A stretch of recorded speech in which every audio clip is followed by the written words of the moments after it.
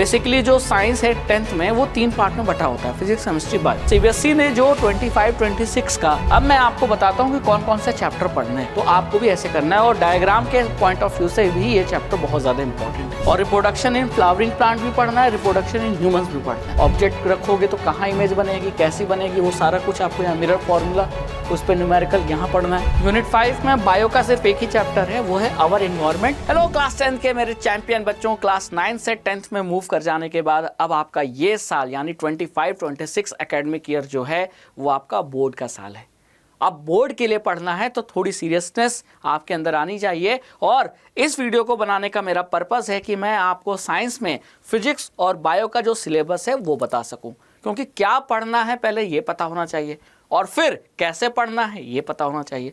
तो आज की इस वीडियो में क्या पढ़ना है साइंस में, स्पेशली फिजिक्स बायो में, वो भी बताऊंगा और कैसे पढ़ना है वो भी बताऊंगा। अगर ये दोनों चीज़ें आपके पास मिल गई तो आपको एक रोड मैप मिल जाएगा कि हाँ, मैं इस रोड मैप को फॉलो करके टॉपर बन सकता हूँ। तो चलिए स्टार्ट करते हैं। साइंस में बेसिकली जो साइंस है 10th में वो 3 पार्ट में बटा होता है, फिजिक्स, केमिस्ट्री, बायो। ठीक है, अब केमिस्ट्री का जो सिलेबस है वो विभूति मैम ने बताया होगा। ठीक है, मैं यहाँ फिजिक्स और बायो का सिलेबस बताने जा रहा हूँ कि कौन कौन से चैप्टर पढ़ने हैं। ठीक है, तो सीबीएसई ने जो 25-26 का जो कोर्स स्ट्रक्चर दे रखा है वो कुछ इस टाइप का है कि आपके जो टोटल चैप्टर हैं जो आपको पढ़ने हैं साइंस में, उन चैप्टर को यूनिट में डिवाइड कर दिया है। ठीक है, अब जो पहला यूनिट है वो केमिस्ट्री का है जिसमें 4 चैप्टर हैं, तो हम पहले यूनिट के डिस्कस नहीं करेंगे, हम स्टार्ट करेंगे सेकंड यूनिट से।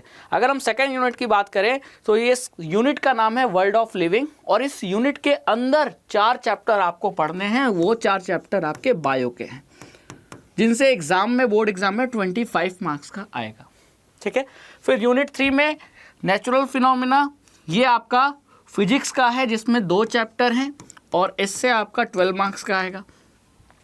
यूनिट 4 में इफेक्ट्स ऑफ करंट, ये भी फिजिक्स का यूनिट है, इसमें 2 चैप्टर हैं जिससे आपके 13 मार्क्स के पूछे जाएंगे। और जो ये यूनिट 5 जो लास्ट यूनिट है, ये इसमें यूनिट में केवल 1 चैप्टर है, वो भी बायो का, जिससे आपके 5 मार्क्स का पूछा जाएगा। तो कहने का मतलब ये है कि अगर हम फिजिक्स का देख लें तो फिजिक्स 12 मार्क्स ये, 12 मार्क्स ये, तो टोटल कितने मार्क्स हो गए? टोटल हो गए 25 मार्क्स, है ना। इसको मैं ठीक से लिख देता हूँ, ये हो गया 25 मार्क्स। अगर बायो के देखें तो 4 चैप्टर बायो के, 4 चैप्टर बायो के 25 मार्क्स, और ये 1 चैप्टर बायो का 5 मार्क्स, तो 25 और 5 कितने होंगे? 30। यानी कि अगर अब आपको मार्क्स डिस्ट्रीब्यूशन में समझाऊं तो आपका मार्क्स डिस्ट्रीब्यूशन इस तरीके से है कि हर सब्जेक्ट तो 100 नंबर का होता है और उस 100 मार्क्स में 20 मार्क्स तो इंटरनल होते हैं, वाइवा से, मॉक वाइवा जो प्रैक्टिकल होते हैं उससे मिलते हैं, लेकिन जो बाकी 80 नंबर होता है वो आपका थ्योरी का पेपर होता है। यानी आप जो बोर्ड एग्जाम देंगे तो बोर्ड एग्जाम साइंस का जो होगा वो 80 मार्क्स का होगा। अब उस 80 मार्क्स में बायो का जो वेटेज है वो 30 मार्क्स का है, क्योंकि चैप्टर ज़्यादा हैं तो मार्क्स का वेटेज भी ज़्यादा होगा। केमिस्ट्री का वेटेज 25 मार्क्स का है और फिजिक्स का वेटेज 25 मार्क्स का है। बायोलॉजी में आपको 5 चैप्टर पढ़ने हैं, केमिस्ट्री में आपको 4 चैप्टर पढ़ने हैं और फिजिक्स में भी आपको 4 चैप्टर पढ़ने हैं। ठीक है, अब चैप्टर ज़्यादा तो इसीलिए बायो का वेटेज ज़्यादा। ठीक है, अब मैं आपको बताता हूँ कि कौन कौन से चैप्टर पढ़ने हैं। तो अगर यूनिट 2 में बात करूँ तो यूनिट 2 में 4 चैप्टर बायो के हैं, जैसा मैंने बताया। पहला चैप्टर है लाइफ प्रोसेस, जिसमें आपको 4 टाइप के लाइफ प्रोसेस पढ़ने हैं, न्यूट्रिशन, रेस्पिरेशन, ट्रांसपोर्टेशन और एक्सक्रीशन, प्लांट्स में भी और एनिमल्स में भी। और बच्चे क्या करते हैं, इस चैप्टर को एक बार में पढ़ना चाहते हैं, लेकिन ये चैप्टर बहुत बड़ा है तो इसको ब्रेक करके पढ़ना, और मैं ब्रेक करके पढ़ाऊंगा। यानी न्यूट्रिशन अलग पढ़ाऊंगा, रिस्पिरेशन अलग पढ़ाऊंगा, ट्रांसपोर्टेशन अलग, एक्सक्रीशन अलग, ताकि आपस में मिक्स ना हो। अगर न्यूट्रिशन पढ़ रहे हो तो न्यूट्रिशन का कंसेप्ट रिस्पिरेशन में मिक्स ना हो, नहीं तो अक्सर खिचड़ी मच जाती है। तो आपको भी ऐसे करना है, और डायग्राम के पॉइंट ऑफ व्यू से भी ये चैप्टर बहुत ज़्यादा इंपॉर्टेंट है। फिर इसी यूनिट में जो अगला बायो का चैप्टर है जो आपको पढ़ना है वो है control and coordination. Control and coordination में बेसिकली हम क्या करना है, nervous system, human nervous system के बारे में पढ़ना है, ह्यूमन ब्रेन, उसके पार्ट्स, उसके फंक्शन। ठीक है, आपके plant hormone, animal hormone, endocrine glands, इन सब के बारे में, tropic movement, different types of tropic movement, ये आपको इस चैप्टर में पढ़ना है। अच्छा चैप्टर है, डायग्राम के पॉइंट ऑफ व्यू से भी इंपॉर्टेंट है। फिर आता है next, how do organism reproduce. इसमें आपका एसेक्सुअल मोड और सेक्सुअल मोड दोनों पढ़ना है, ठीक है। और रिप्रोडक्शन इन फ्लावरिंग प्लांट भी पढ़ना है, रिप्रोडक्शन इन ह्यूमंस भी पढ़ना है। और साथ ही साथ आपको यहाँ जो इस चैप्टर का लास्ट टॉपिक है रिप्रोडक्टिव हेल्थ, वो भी पढ़ना है, जिसमें प्रेगनेंसी को अवॉइड करने के तरीके वो पढ़ना है, ठीक है। और क्या कहते हैं, सेफ सेक्स और जितने भी बीमारियां होती हैं STD, सेक्सुअल ट्रांसमिटेड डिजीज, उसके बारे में पढ़ना है, ठीक है। तो ये आपका चैप्टर भी इंपॉर्टेंट है, डायग्राम भी इसमें है। फिर आता है हेरिडिटी। हेरिडिटी जो चैप्टर है वो छोटा सा चैप्टर है ना। और यहाँ मेंडल लॉ के बारे में पढ़ना है, वो वहीं से क्वेश्चन आता है, फिक्स है ना। Mendel law, monohybrid cross, dihybrid cross, और लास्ट में ये जो सेक्स डिटर्मिनेशन वाला टॉपिक है, यहाँ से क्वेश्चन आता है, ठीक है। तो ये छोटा सा टॉपिक है और इसमें थोड़ा कैलकुलेशन है ना। तो यहाँ से बायो में जो कैलकुलेशन वाला पार्ट है, जी हाँ, यहाँ मेंडल का जो क्रॉस है उसमें रेशियो पूछे जाते हैं, परसेंटेज पूछे जाते हैं, तो इसको आपको पढ़ना होगा, ठीक है। थोड़ा मैथमेटिक्स लगेगी इसमें, लेकिन कोई बात नहीं, मैथमेटिक्स तो आप कर ही ले जाओगे अगर आपको कंसेप्ट समझ में आ गया। फिर आता है यूनिट 3। यूनिट 3 में 2 चैप्टर हैं फिजिक्स के। एक चैप्टर है लाइट, जिसमें 2 पार्ट में लाइट को डिवाइड किया गया है, रिफ्लेक्शन और रिफ्रैक्शन।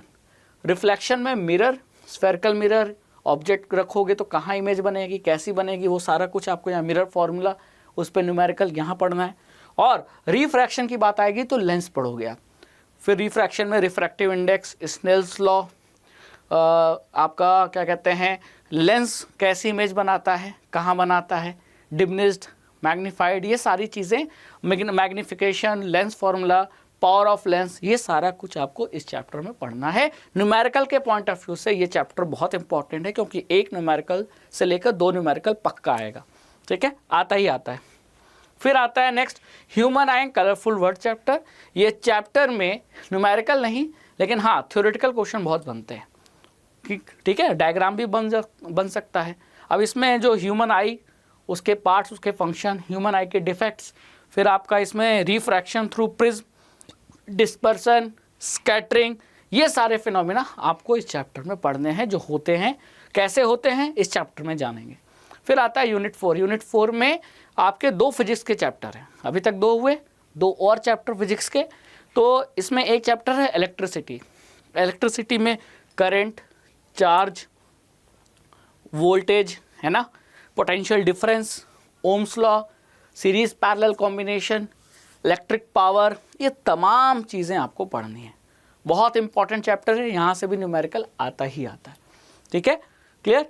नेक्स्ट फिर आता है magnetic effect of electric current. इसमें जितने भी लेफ्ट हैंड रूल, जितने भी हैंड रूल हैं, है ना, right hand thumb rule, Fleming left hand rule, है ना, फिर वहाँ से मैग्नेटिक फील्ड लाइंस, उनकी प्रॉपर्टीज़, इस पे क्वेश्चन आता है। AC DC करंट पे क्वेश्चन आता है, डोमेस्टिक इलेक्ट्रिक सर्किट पे क्वेश्चन आता है, वो आपको पढ़ना है। सोलेनॉइड क्या होता है, सोलेनॉइड की मैग्नेटिक फील्ड की स्ट्रेंथ को कैसे चेंज कर सकते हैं, है ना, बार मैग्नेट और सोलेनॉइड का मैग्नेटिक फील्ड पैटर्न कैसा होता है, ये सब कुछ आपको यहाँ पढ़ना है, ठीक है। और फिर आता है यूनिट 5। यूनिट 5 में बायो का सिर्फ एक ही चैप्टर है, वो है आवर इन्वायरमेंट। बहुत ईजी और बहुत छोटा चैप्टर है, यानी इस चैप्टर को पढ़ना सबसे आसान है पूरे आपके साइंस के सिलेबस में, है ना। छोटा सा चैप्टर है, जिसमें आपको इकोसिस्टम के इकोसिस्टम क्या होता है, उसके बायोटिक और एबायोटिक जो कंपोनेंट्स हैं उसके बारे में, food chain, food web, trophic level, जिससे क्वेश्चन कन्फर्म आता है, ठीक है, ओजोन का डिप्लीशन और उसको प्रोटेक्ट करने के लिए क्या स्टेप लिए गए, डिग्रेडेबल बायोडिग्रेडेबल सब्सटेंस, उसके एग्जाम्पल, डिफिनीशन, ये सारी कुछ चीज़ें इस चैप्टर में पढ़नी है। इजी चैप्टर है, डायग्राम के पॉइंट ऑफ व्यू से भी इजी है और सब्जेक्टिव और ऑब्जेक्टिव क्वेश्चन के पॉइंट ऑफ व्यू से भी इजी है, ठीक है। तो ये रहा आपका फिजिक्स और बायो का सिलेबस। तो ये क्या पढ़ना है वो बताया, कैसे पढ़ना है ये भी ध्यान रखिए। सबसे पहला काम, आपको सिर्फ एक बुक पढ़नी है पूरे साल भर, वो है NCERT। NCERT के अलावा कोई भी दूसरी रेफरेंस या साइड बुक आपको नहीं छूनी है। NCERT पढ़ने के लिए NCERT, बाकी क्वेश्चन प्रैक्टिस के लिए मैं जितनी चीज़ें बताऊंगा वो आपको फॉलो करना है। सबसे पहला काम NCERT पढ़ा। NCERT पढ़ने के बाद जो NCERT की बुक में जो एक्सरसाइजेज है उसको सॉल्व कीजिए, वो हो जाए तो NCERT एग्जाम्पलर लगाइए। जैसे आपने कोई चैप्टर पढ़ा, जैसे आपने लाइट चैप्टर पढ़ा, NCERT से अच्छे से पढ़ लिया, अब उस लाइट चैप्टर की जो NCERT में एक्सरसाइज दी गई हैं उसको सॉल्व कीजिए। लाइक चैप्टर की जो एनसीईआरटी एग्जाम्पलर की बुक है उसके जो क्वेश्चन है वो लगाइए, सीबीएसई के प्रीवियस ईयर क्वेश्चन लगाइए उस चैप्टर के क्वेश्चन बैंक से क्वेश्चन सॉल्व कीजिए, क्योंकि पढ़ने के बाद आपको चीज़ें याद हैं या नहीं याद हैं ये डिसाइड तभी होगा जब आप क्वेश्चन सॉल्व करोगे। और आपने चैप्टर कितना अच्छे से पढ़ा, क्या समझ में आया क्या नहीं समझ में आया, ये कैसे पता चलेगा? जब आप क्वेश्चन प्रैक्टिस करोगे। तो पढ़ने के बाद क्वेश्चन प्रैक्टिस करना ज़रूरी है। क्वेश्चन प्रैक्टिस करने के मैंने आपको सोर्स बता दिए, एनसीईआरटी बुक की एक्सरसाइज, एनसीईआरटी एग्जाम्पलर के क्वेश्चन, सीबीएसई के वेबसाइट पर आपको प्रीवियस ईयर क्वेश्चन मिल जाएंगे, वो क्वेश्चन बैंक। क्लियर? ये सारा कुछ आपको करना है सॉल्व पढ़ने के बाद। और साथ ही साथ एनसीईआरटी के डायग्राम और एनसीईआरटी की एक्टिविटीज़ को भी पढ़ना होता है जो चैप्टर में दी है, क्योंकि कभी कभी एनसीईआरटी एक्टिविटीज़ से भी क्वेश्चन आ जाता है। और ये सब कुछ हम कराएंगे ही, पढ़ाते समय आपको बताएंगे कि देखो ये एनसीईआरटी एक्टिविटी इंपॉर्टेंट है, इसका मतलब ये है। ठीक है? क्लियर? तो आई होप कि अब आपको क्लियर कट पता चल गया है कि फिजिक्स और बायो में हमें साइंस में क्या पढ़ना है पूरे साल भर। तो बस अब इस क्लैरिटी के साथ जब आपको एक रोड मैप मिल गया है तो अब आपको पढ़ाई शुरू कर देनी है। और इस चैनल पे आपको पूरा कंटेंट मिलेगा, हर एक चीज़ आपको बहुत ही आसान तरीके से इजी वे में समझाया जाएगा। बस आपको राघवेंद्र सर के साथ साइंस के लिए जुड़े रहना है, फिजिक्स बायो फोड़ के रहना है। ठीक है? चलिए तो मिलते हैं नेक्स्ट वीडियो में। जय हिंद, जय भारत।